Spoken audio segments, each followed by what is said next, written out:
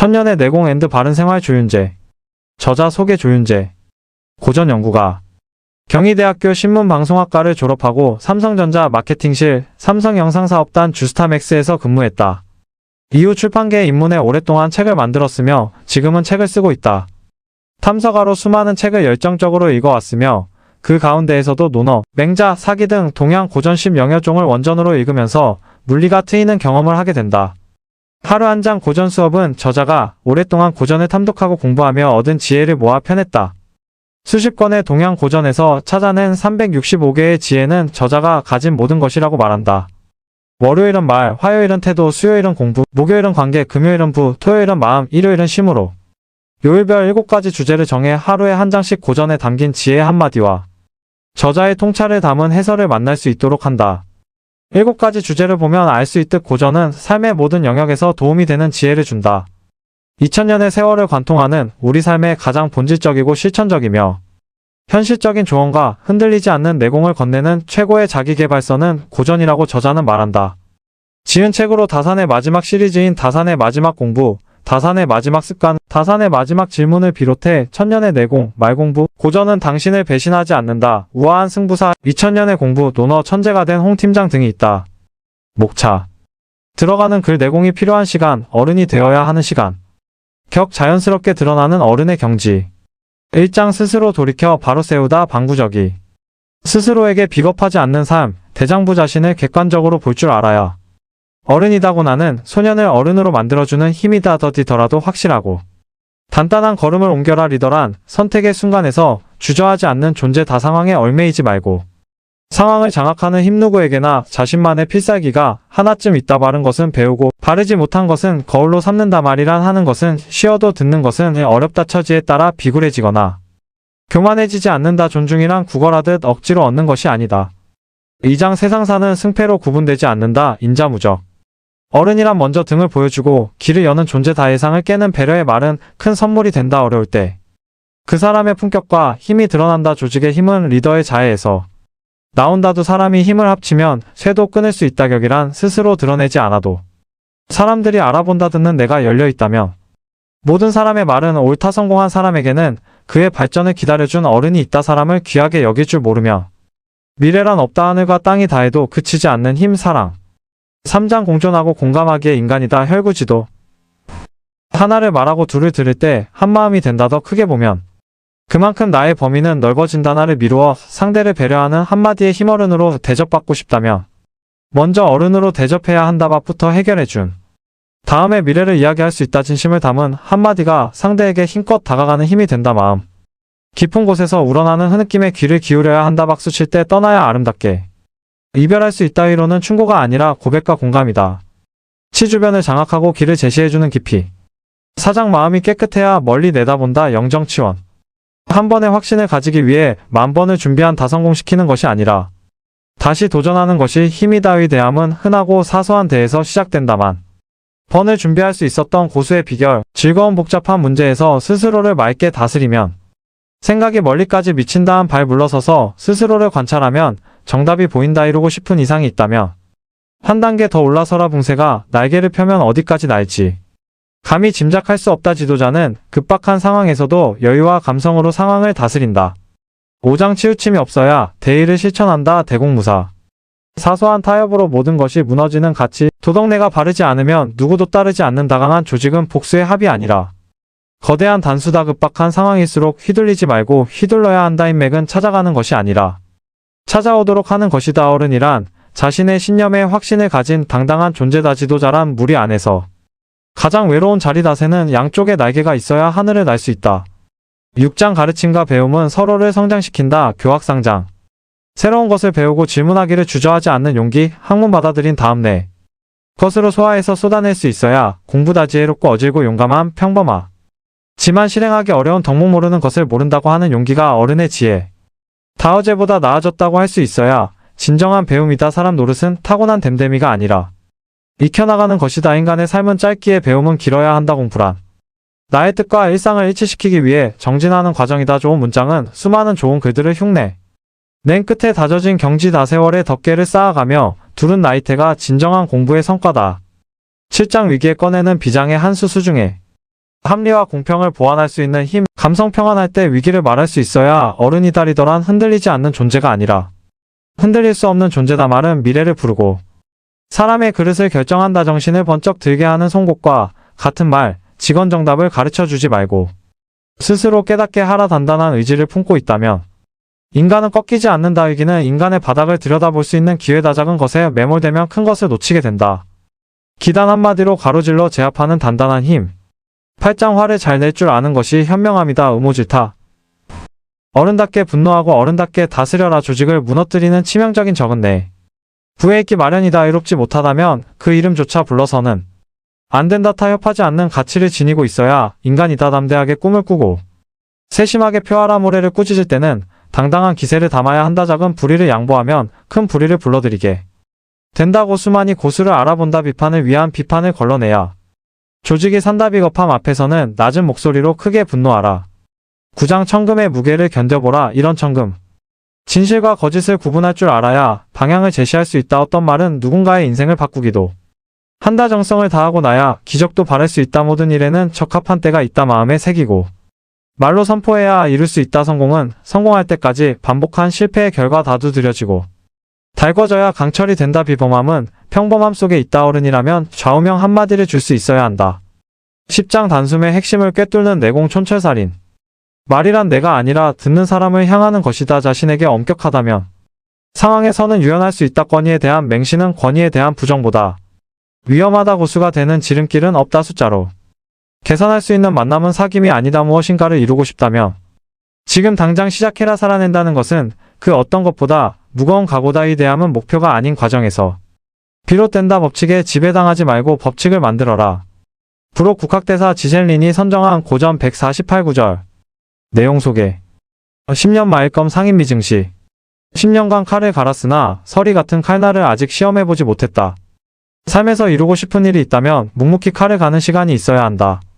고기를 다듬는 작은 일에 오래도록 칼을 갈 필요는 없다.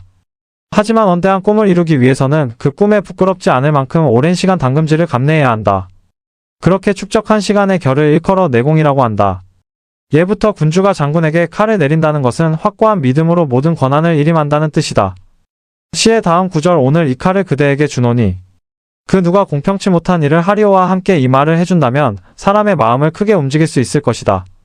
마이너스 더디더라도 확실하고 단단한 걸음을 옮겨라. 중에서 간사심상체기굴 성혜용 이각간신. 보기에는 평범한 것 같으나 특이하게 우뚝 솟고 쉽게 이뤄진 듯 하지만 도리어 어려움을 거친 것이다. 우리 시대의 화두는 차별하다. 하지만 남다른 것만 추구하다 보면 오히려 본질을 잃게 된다. 모든 사람, 모든 사물은 극치에 다다르면 단순해지고 본질에 충실해진다. 단순함과 자연스러운 아름다움이 최상인 것이다. 르네상스 시대의 위대한 예술가 미켈란젤로는 아름다움이란 모든 과잉을 제거한 것이라고 말했다. 고수란 모든 과잉을 버려서 스스로를 단단하게 벼린 존재다. 책은담에는 지극히 고상함은 지극히 평범함에 있다고 실려있다. 탁월한 사람이 되고 싶다면 지금 하고 있는 일에 평범한 일상에 최선을 다해야 한다. 그릇이 미치지 못하면서 겉모습만 꾸미려 하면 우스꽝스러운 사람이 되고 만다. 자칫 괴이한 결과를 만들기도 한다. 보기에는 평범한 것 같으나 특이하게 우뚝 솟고 쉽게 이뤄진 듯하나 도리어 어려움을 거친 것이다. 겉으로 보이는 남다름만 추구하는 세상에서 내면의 충실함과 본질의 가치를 되새길 때 필요한 말이다. 마이너스 비범함은 평범한 속에 있다. 중에서 천생아 제필유용 청금산 진한 복래. 하늘이 내게 재능을 주었으니 필시 쓸모가 있음이요. 청금을 다 써버리면 다시 돌아오기도 하는 법이니. 이백은 현실을 초월한 자유로운 삶을 노래했던 시인이지만 그의 공부에 관한 고사를 보면 그의 재능이 오직 하늘에서 부여받은 것은 아님을 잘 알 수 있다. 공자가 말했던 생이지지 나면서부터 타고난 성인의 경지는 아닌 것이다. 보통 사람보다 탁월한 능력을 타고났을 수도 있지만 그가 빚어내는 시는 엄청난 노력과 수련의 결과다. 당서에 실려있는 마부작침 도끼를 갈아서 바늘을 만든다의 고사를 보자. 이백이 상이산에서 수업을 하던 중에 계속되는 공부에 염증을 느껴 산에서 내려왔다. 한참 산을 내려오는데 한 노파가 냇가에서 도끼를 열심히 갈고 있는 모습을 보고 이백이 물었다. 할머니, 도대체 무엇을 하고 계신 건가요? 그러자 노파가 도끼를 갈아서 바늘을 만들고 있지라고 대답했다. 기가 막힌 이백이 도대체 그 도끼를 갈아서 언제 바늘을 만들려 하십니까? 라고 책망하듯 묻자 노파는 아무렴 당연히 되고 말고 하다가 그만두지만 않으면 당연히 되고도 남지 하고 대답했다. 노파의 이 말에 부끄러움을 느낀 이백은 다시 산으로 돌아갔다. 재능이 뛰어난 사람이라도 기회를 얻지 못하고 좌절할 수 있다. 열심히 스펙을 쌓은 청년이라고 해도 직장을 구하지 못할 수도 있고 직장에서 인재로 꼽히던 사람 또한 실패를 경험하기도 한다. 이럴 때 그들은 능력과 자부심이 있었던 만큼 더 크게 실망하고 급기야 포기하게 된다. 어른이라면 이런 사람들에게 진정한 고난의 의미를 짚어주고 때를 기다리는 지혜를 심어줄 수 있어야 한다. 마이너스 성공은 성공할 때까지 반복한 실패의 결과다 중에서 대법물 부득이 평증명 모든 사물은 평안함을 얻지 못할 때 운다. 오늘날은 표현이 자유로운 편에 속한다. 꼭 잘 우는 능력을 가진 사람이 아니더라도 자신의 감정을 마음속에만 눌러 담지 않는다. 비록 아름다운 글과 문장은 아니지만 거칠더라도 생생하게 울분을 토하는 것이다. 어른이라면 왜 사람들이 우는지를 볼 수 있어야 한다. 현실에 불만이 많고 사회적으로 부적합한 사람들이라고 매도하기 전에 경쟁에 탈락한 무능한 사람이라고 비웃기 전에 그들이 토해내는 울음소리에 귀를 기울여야 한다. 무엇보다 스스로의 울음소리도 들을 수 있어야 한다. 그것을 바로 자기 성찰이라고 한다. 자신이 무엇을 갈구하는지, 무엇을 하려고 열망하는지를 듣고 그 마음이 시키는 일을 할 수 있어야 한다. 세상의 어떤 충고나 가르침보다 소중하게 여겨야 할 것이 바로 자기 마음의 소리이다. 마음이 시키는 일을 하면 후회할 일이 적어진다. 모든 사물은 평안함을 얻지 못할 때 운다. 중국 현대미술의 선구자로 꼽히는 리시엔팅이 남방인물 주관과의 인터뷰에서 어떻게 자아를 평가할 수 있느냐에 대한 답으로 이 구절을 인용했다. 자신의 예술은 곧 세상에 대한 울음이라는 것이다. 마음 깊은 곳에서 우러나는 흐느낌에 귀를 기울여야 한다 중에서 새벽이란 어제와 결별하고 새로운 하루를 가늠하는 시간이다. 천년의 내공, 정리, 오직 나만을 위한 깊고 고요한 시간 새벽. 큰 스승의 압도적인 내공이 내게로 오다. 내공은 오직 세월의 힘으로만 축적되는 경지이자 어른스러움이다. 어른스러움이란 삶을 대하는 각오에서 자연스럽게 발산되는 격이다. 풍파 속에서 깊이 뿌리내려 주변을 단단하게 장악한 치이며 무엇에도 휘둘리지 않고 핵심을 단숨에 사로잡는 기이기도 하다. 천년의 내공은 바로 어른의 경지를 쌓는 깊은 공부에 대해 이야기하는 책이다. 얕은 재주나 타고난 재치만으로는 풀어나갈 수 없는 문제들이 오늘의 시대에 산적해 있다. 내공을 쌓아야 제대로 판단하고 선택에 책임을 질 수 있는 격이 주어진다. 이 책에서는 중국의 국학대사 지젤린이 논어, 맹자, 사기, 전국책 장자 등의 고전과 제갈량부터 순원에 이르기까지 명사들의 역사적인 문장에서 추출한 천년 내공의 엑기스를 쉽고 친절하게 풀었다. 스스로에게 비겁하지 않고자 했던 성현들의 깊은 성찰, 전인격을 걸고 역사에 온몸으로 부딪힌 인간의 치열함, 핵심을 꿰뚫는 번뜩이는 통찰과 위기를 역전시킨 지혜. 천년의 내공을 펴면 나의 격을 높여주는 참 어른들과 만날 수 있을 것이다. 격 자연스럽게 드러나는 어른의 경지. 부귀를 가졌어도 부패하지 않고 가난하고 힘들어도 포부를 버리지 않고 권위와 무력에도 굴복하지 않는다. 어떠한 순간에도 흔들리지 않는 단단함은 스스로에 대한 당당함에서 나온다.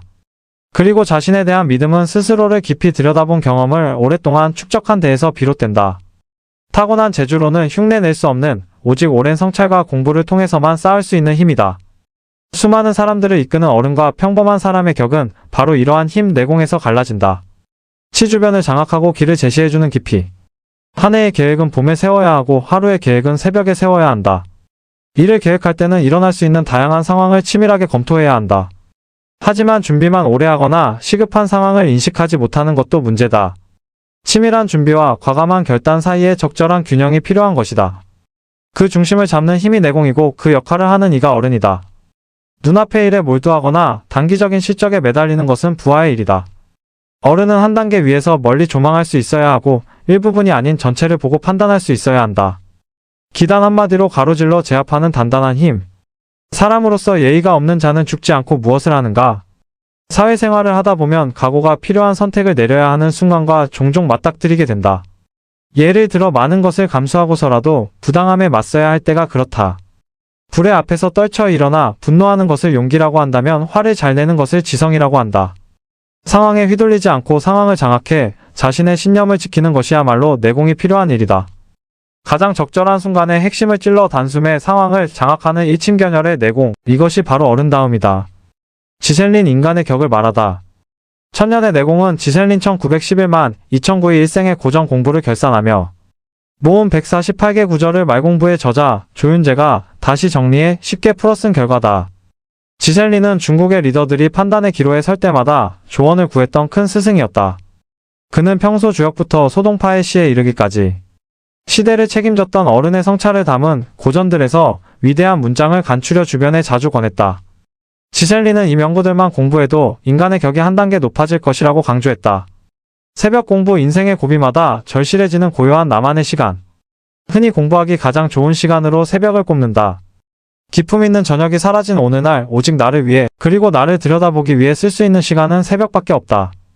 익숙한 어제와 결별하고 새로운 하루를 가늠하는 이 책은 매일 새벽마다 천년의 지혜가 숙성된 깊은 문장들에 고요히 침잠하며 그 지혜를 차곡차곡 내 안에 쌓을 수 있도록 구성했다. 깊은 새벽에 마주하는 천년의 내공은 나의 격을 높이고 내공을 쌓는 데 큰 도움이 될 것이다. 14억 큰 스승 지셀린이 선정한 지혜의 정수. 나를 단단하게 해주는 고전 148명구. 지셀린 1911년 2009년 중국 산둥성 린칭에서 1911년에 태어난 지셀린 교수는 칭화대 서양문학과를 졸업한 뒤 교환대학원생으로 독일에서 유학하며 범어든 고문자와 고문화를 전공했다. 1946년 귀국 후에는 베이징 대학에서 교편을 잡아 베이징대 부총장, 중국사회과학원 남아시아 연구소 소장 등을 지냈으며 인도 고대 언어 중국 문화와 동방문화 불교 비교 문학 산문 등에서 수십 권의 저서를 남겼다. 또한 베이징대의 동방어문학과를 처음 만들었으며 1956년에는 중국과학원 철학사회과학부 위원에 당선됐다. 고인은 12개 국어에 능통했으며 인문과학을 두루 섭렵해 생전에 사상가문학가 역사학자 동방학자 불교학자 번역가 등으로 불렸다. 2009년 7월 11일 향년 98세로 지병으로 타계했다. 그는 평생 황갈색 누더기 옷과 가방 행색을 하고 다녀 가진 것이 많고 잘난 것이 많은 사람들이 가져야 할 덕목 중 중국인들이 최고로 꼽는 안더우트 경지에 오른 대표적 인물로 유명하다. 네이버 지식백과 지셀린 시사상식사전, PMG 지식엔진연구소. 새벽 공부는 천년의 깊은 성찰과 마주하며 제주로는 결코 흉내낼 수 없는 내공을 차곡차곡 쌓아 단단해지는 과정이다.